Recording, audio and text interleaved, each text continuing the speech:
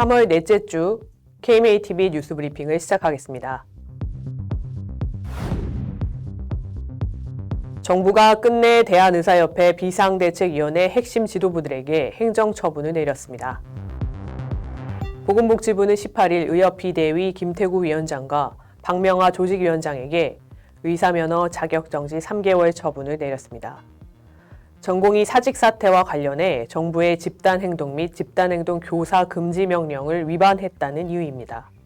보건복지부는 김 비대위원장과 박 조직위원장이 지난달 15일 의대정원 증원 저지 걸기 대회에서 말한 것을 문제 삼았습니다. 보건복지부는 행정처분서에 자격 정지 기간 중에는 국내외 의료봉사를 포함한 일체의 의료행위를 금지한다고 밝혔습니다. 정부는 앞서 지난달 27일 의협 전현직 간부 5명에 대해 의료법 위반 등의 혐의로 경찰에 고발했습니다. 자발적으로 사직 중인 전공의들이 정부로부터 업무 개시 명령을 받았습니다. 보건복지부는 18일 전공의 1,308명에게 업무 개시 명령을 내리고 대상 전공의들의 의사 면허 번호와 이름을 공개했습니다. 사직 전공의들이 병원으로 돌아오지 않을 경우 사실상 면허 취소와 다름없는 처분을 받게 되는 것으로 알려졌습니다. 정부 해석에 따르면 사직 전공의에 대해 수련병원이 사직 처리를 해주지 않을 경우 이들은 계속 수련병원 전공의 신분이 유지되기 때문에 타기관 근무나 개원을 할 수 없기 때문입니다. 15일 전병왕 보건복지부 보건의료정책실장은 브리핑에서 약 10명의 전공의가 사직서를 낸 후 다른 의료기관에 중복으로 인력 신고가 됐다면서 해당 전공의들이 겸직금지 위반으로 고용자도 형법상으로 처벌받을 수 있다고 말했습니다. 의대 교수들이 전공의 사직과 의대생 휴학 사태 악화의 책임을 물어 보건복지부 장차관에 해임을 요구했습니다. 전국의과대학 교수협의회는 18일 국민과 대통령실의 눈을 가리고 품위 없이 망언을 일삼은 조규홍 보건복지부 장관과 박민수 제2차관의 해임을 원한다고 밝혔습니다. 아울러 정부의 조건 없는 대화와 과학적 근거에 기반한 합리적 의사결정을 요구했습니다. 앞서 전국의과대학 교수대표 등 33인은 서울행정법원에 의과대학 2,000명 증원과 그 후속 처분 취소 및 집행정지 가처분을 요구하는 행정소송을 제기한 바 있습니다.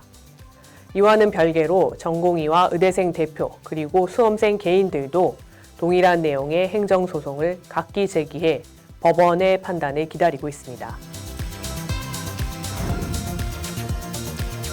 정부가 의대정원 증원을 위해 실시한 의과대학 현장조사가 부실했다는 지적이 제기되고 있습니다. 전국의과대학 교수협의회가 전국 40개 의대를 대상으로 설문조사를 한 결과 의대 10곳 중 5곳이 보건복지부의 현장조사가 전혀 없었다고 답했다고 밝혔습니다. 심지어 나머지 5곳 중 1곳은 화상회의 시스템을 통한 비대면 조사를 했고 4곳은 교육 전문 인력 없이 보건복지부 직원 한두 명이 기존에 제출한 서류를 확인하는 정도에 그쳤다고 밝혔습니다. 협의회는 2,000명 증원을 추진하면서 현장 실사도 전혀 없는 깡통 실사로 가름했다고 비판하면서 보건복지부는 실사 관련 자료를 법원에 제출하고 명명백백히 공개하라고 요구했습니다. 정부의 의대정원 반대에 휴학한 의대생 상당수가 현역 입대를 준비하고 있어 공중보건의사와 군의관 수급에 큰 차질이 예상됩니다. 대한의과대학 의학전문대학원 학생협회가 최근 남자 의대생들을 대상으로 군 휴학에 대한 설문조사를 진행한 결과 현역 입대 의사를 밝힌 의대생은 총 응답자 5,016명 중 절반에 가까운 2,460여 명에 달했으며 이미 입대 신청을 마친 의대생도 419명이나 됐습니다. 아직 입대 신청을 하지 않은 의대생들도 오는 8월까지 현역 입대를 신청하거나 의무병으로 지원할 예정이라고 답했습니다. 현역 입대 의사를 밝힌 2,460명은 2022년 기준 공보위와 군의관 총 1,500여 명의 2배에 달하는 수치여서 향후 지역 군 의료 공백은 불가피할 전망입니다. 대학병원 교수 등 봉직이 90%가 의대 정원 증원 관련 사직에 동참하겠다는 뜻을 밝혔습니다. 최근 대한병원의사협의회가 8일부터 14일까지 설문조사한 결과 응답자 총 3,090명 중 2,782명이 전공의 등 회원이 사법 조치되면 사직서 제출 등 자발적 행동이 필요하다고 답했습니다. 또 응답자의 96%는 정부의 정책 강행 추진은 부당하다고 답했습니다. 이와 관련 병원의사협의회는 의료를 실질적으로 지탱하는 봉직의가 전공의와 뜻을 함께하고 자발적으로 사직서를 던진다면 대한민국 의료는 하루 만에 무너져 내린다면서 정부는 무리한 정책 추진을 철회하고 의료계와 대화에 적극 나서야 한다고 촉구했습니다. 개원이들도 자발적 휴진 등으로 의료계 투쟁에 동참할 태세입니다. 대한개원의협의회는 최근 기자들과 만나 현재 개원이들 사이에서 주 40시간, 주 5일 근무하거나 아예 자발적인 휴진을 전개해야 한다는 여론이 형성되고 있다고 밝혔습니다. 그러면서 다른 OECD 국가 대비 과도한 우리나라 개원이 근무 시간을 줄여야 한다며 협의회 차원에서 주 5일 근무 시행을 권고하겠다고 덧붙였습니다. 김동석 대기업 회장은 의사를 2,000명 늘린다면 간호사 등 의료 인력은 어떻게 확보할 것인지, 지방에서 의무복무를 시킨다면 근무지 계획안을 내놔야 한다며 또 의대 정원을 다시 줄여야 한다면 학생과 학부모 등 국민 반발은 어떻게 할 것이며 늘렸던 교수를 어떻게 다시 감소시킬 것인지 의문이라고 지적했습니다. 보건복지부 장차관의 연이은 부적절한 발언이 의료계의 분노를 키우고 있습니다. 박민수 보건복지부 제2차관은 한 방송에서 대한민국의 의사가 하나도 현장에 남아있지 않는다면 전세기를 내서라도 외국으로 환자를 실어날라 치료하겠다고 말했습니다. 같은 날 조규용 보건복지부 장관은 중앙재난안전대책본부 회의에서 의사를 비하하는 의세라는 표현을 했습니다. 앞서 박민수 차관도 외국에선 의대 정원 관련해 의사들이 집단행동을 한 적이 없다며 의사를 의세라고 발음했습니다. 박 차관은 정부 브리핑에서 여성 의사를 비하하는 성차별적 발언을 해 세계 여자의사회가 비판 성명을 발표하기도 했습니다. 의협 비상대책위원회는 의료계에 대한 적대감을 노골적으로 드러내는 장 차관이 만든 정책이 어떻게 의료를 발전적인 방향으로 만들 수 있겠느냐고 질타했습니다. 정부가 전공의 사직 사태를 빌미로 전면 확대한 비대면 진료의 효과를 과대평가해 의료계의 빈축을 샀습니다. 보건복지부는 13일 브리핑에서 2월 23일부터 29일까지 비대면 진료 청구 자료 분석 결과 비대면 진료 건수가 15.7% 늘어났다고 발표했습니다. 박민수 보건복지부 2차관은 지역 병원 비대면 진료를 통해 경증 환자 외래 수요를 해소하는 것으로 보고 있다며 비대면 진료를 계속 보완 강화해 나가겠다고 밝혔습니다. 이에 대해 대한의사협회 비상대책위원회는 정부가 마치 비대면 진료 확대가 현 사태 해결에 도움을 주고 있는 것인 양 호도하고 있다며 정상적으로 진료하고 있던 의원급과 병원급 경증질환 비대면 진료 증가가 수련병원 의료 공백 해결과 무슨 관련이 있느냐고 꼬집으면서 정부는 비대면 진료를 막무가내로 전면 확대하려는 시도를 중단하라고 요구했습니다. 정부의 의대 정원 증원 강행이 젊은 의사들의 필수료 지원 의지를 크게 저하시키고 있는 것으로 확인됐습니다. 더불어민주당 신현영 의원실이 실시한 조사 중간 결과에 따르면 필수료를 전공 과목으로 지원할 의사가 있다고 말한 의대생과 인턴은 정부의 의대 정원 확대 발표 전 71%인 1,357명에서 발표 후 1%인 49명으로 대폭 감소했습니다. 지역 의료를 선택하겠다는 응답자도 1,241명에서 141명으로 줄었습니다. 의료 대란을 주도적으로 해결할 주체를 묻는 질문에 정부 스스로가 해결해야 한다가 33%로 가장 많았고, 젊은 의사들이 직접 해결해야 한다는 15%, 정치가 해결해야 한다는 14%로 뒤를 이었습니다. 신 의원은 정부의 일방적인 정책 추진이 젊은 세대들에게 의업에 대한 절망감과 분노, 모멸감을 느끼게 한 것이 아닌지 돌아봐야 한다고 지적했습니다. 한국의학교육학회 윤보영 총무이사와 함께 의대 정원과 의학교육에 대해 이야기 나눠보겠습니다. 네, 교수님, 진료와 강의로 바쁘신 가운데 먼 길 방문해 주셔서 감사드립니다. 아닙니다. 불러주셔서 감사합니다. 네, 지난달 정부의 의대 증원 일방적인 발표 직후에 또 의료계 총체적 위기라고 말씀하신 바가 있습니다, 교수님. 일견 지금의 상황은 의료 대란은 아니게 어떻게 버텨가고 있지만 의료계 내에서는 총체적인 위기가 이미 시작됐다, 이렇게 좀 별개하고 있습니다. 이게 예상하신 대로 진행하는 수순이라고 보시는지, 아니면 앞으로 어떤 상황을 가장 좀 염려하고 계시는지요? 저는 이번 사태로 우리나라 의료 체계 문제점이 민낯을 드러냈다고 생각을 합니다. 의료 시스템의 총체적인 문제가 드러난 거라고 생각을 하고요. 대부분 땜질식으로 저희가 버텨왔던 많은 문제들이 있어요. 학자들은 우리나라 의료 체계가 건강하지 않고 미래를 준비하기에 적절하지 않다고 생각하고 있습니다.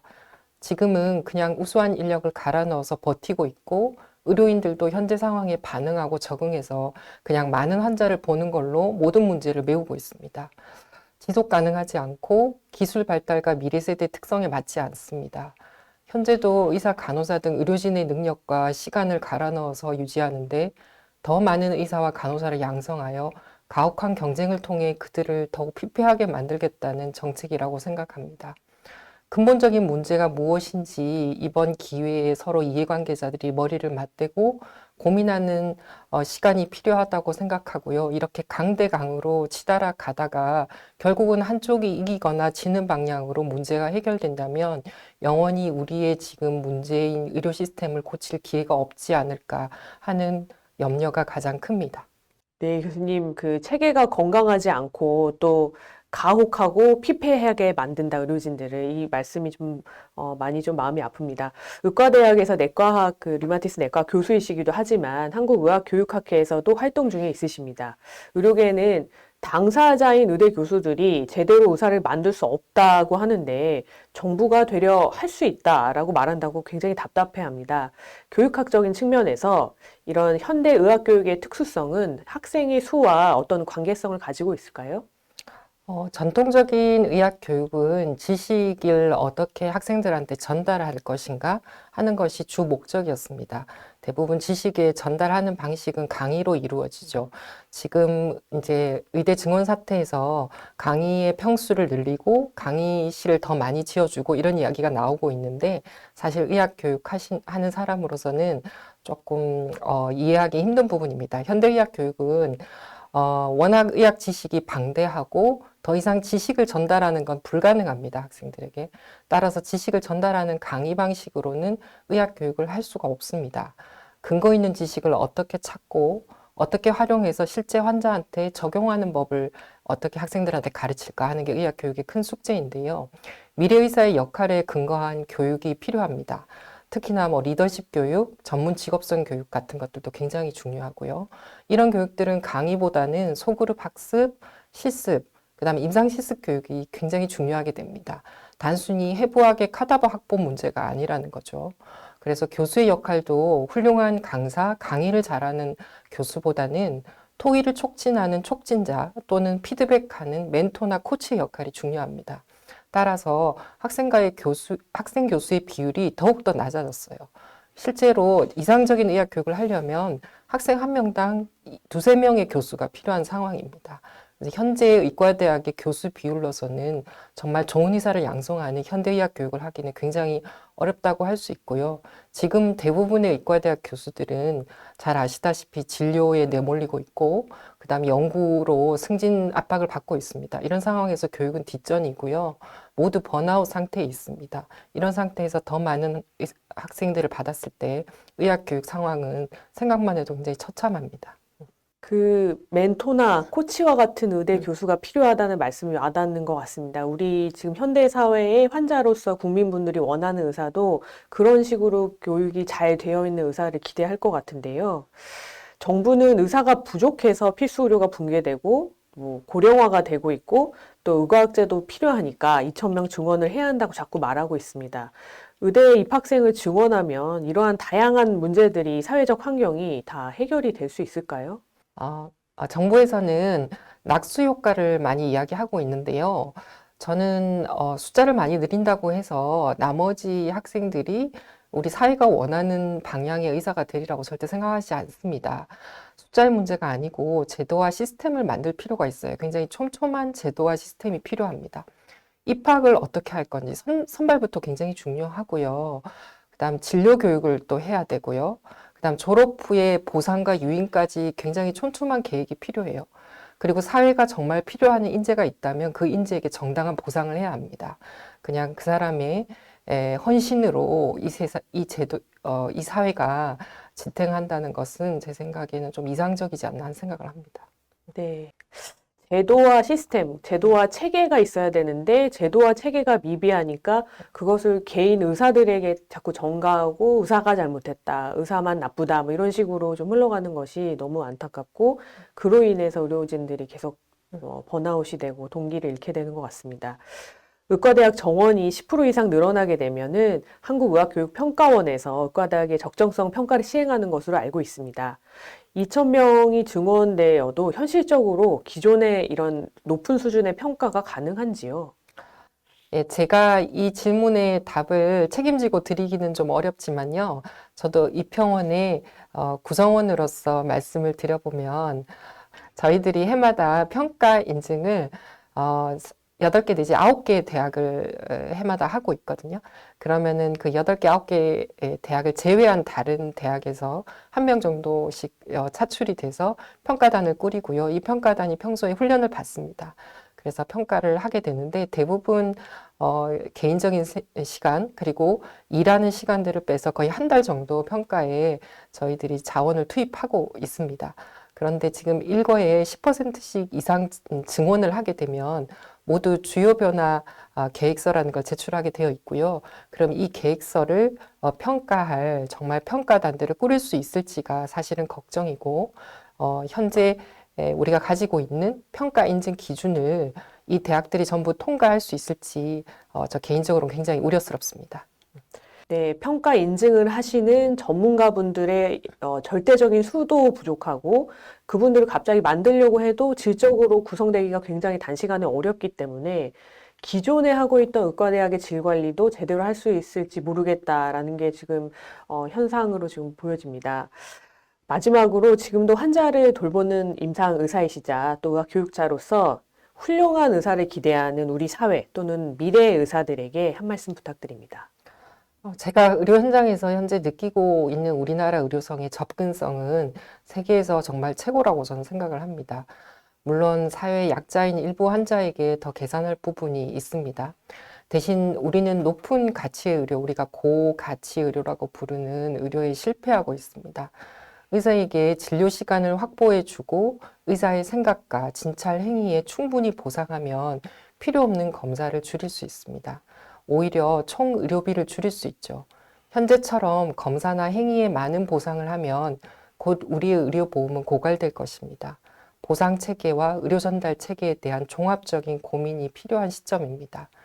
우리 다음 세대 의사는 행복했으면 좋겠습니다. 의사로 사는 것이 보람되고 자신의 사생활을 너무 많이 희생하지 않고 환자를 잘 돌볼 수 있는 제도를 만들면 좋겠습니다. 기술이 놀랍게 발전하고 있습니다. 의사가 어떤 일을 미래에 하면 좋은지 함께 논의하면 좋겠습니다. 직업의 역할이 시대가 지나면 바뀐다는 역사적 사실을 기억하면 좋겠습니다. 의료진이 한 팀이라는 생각을 가지고 간호사 등 동료 직역과도 함께 머리를 맞대고 우리나라 미래 의료에 대해서 고민을 하면 좋겠습니다. 네, 네, 교수님 오늘 귀한 말씀 감사드립니다. 네, 감사합니다. 이것으로 뉴스 브리핑을 마치겠습니다. 감사합니다.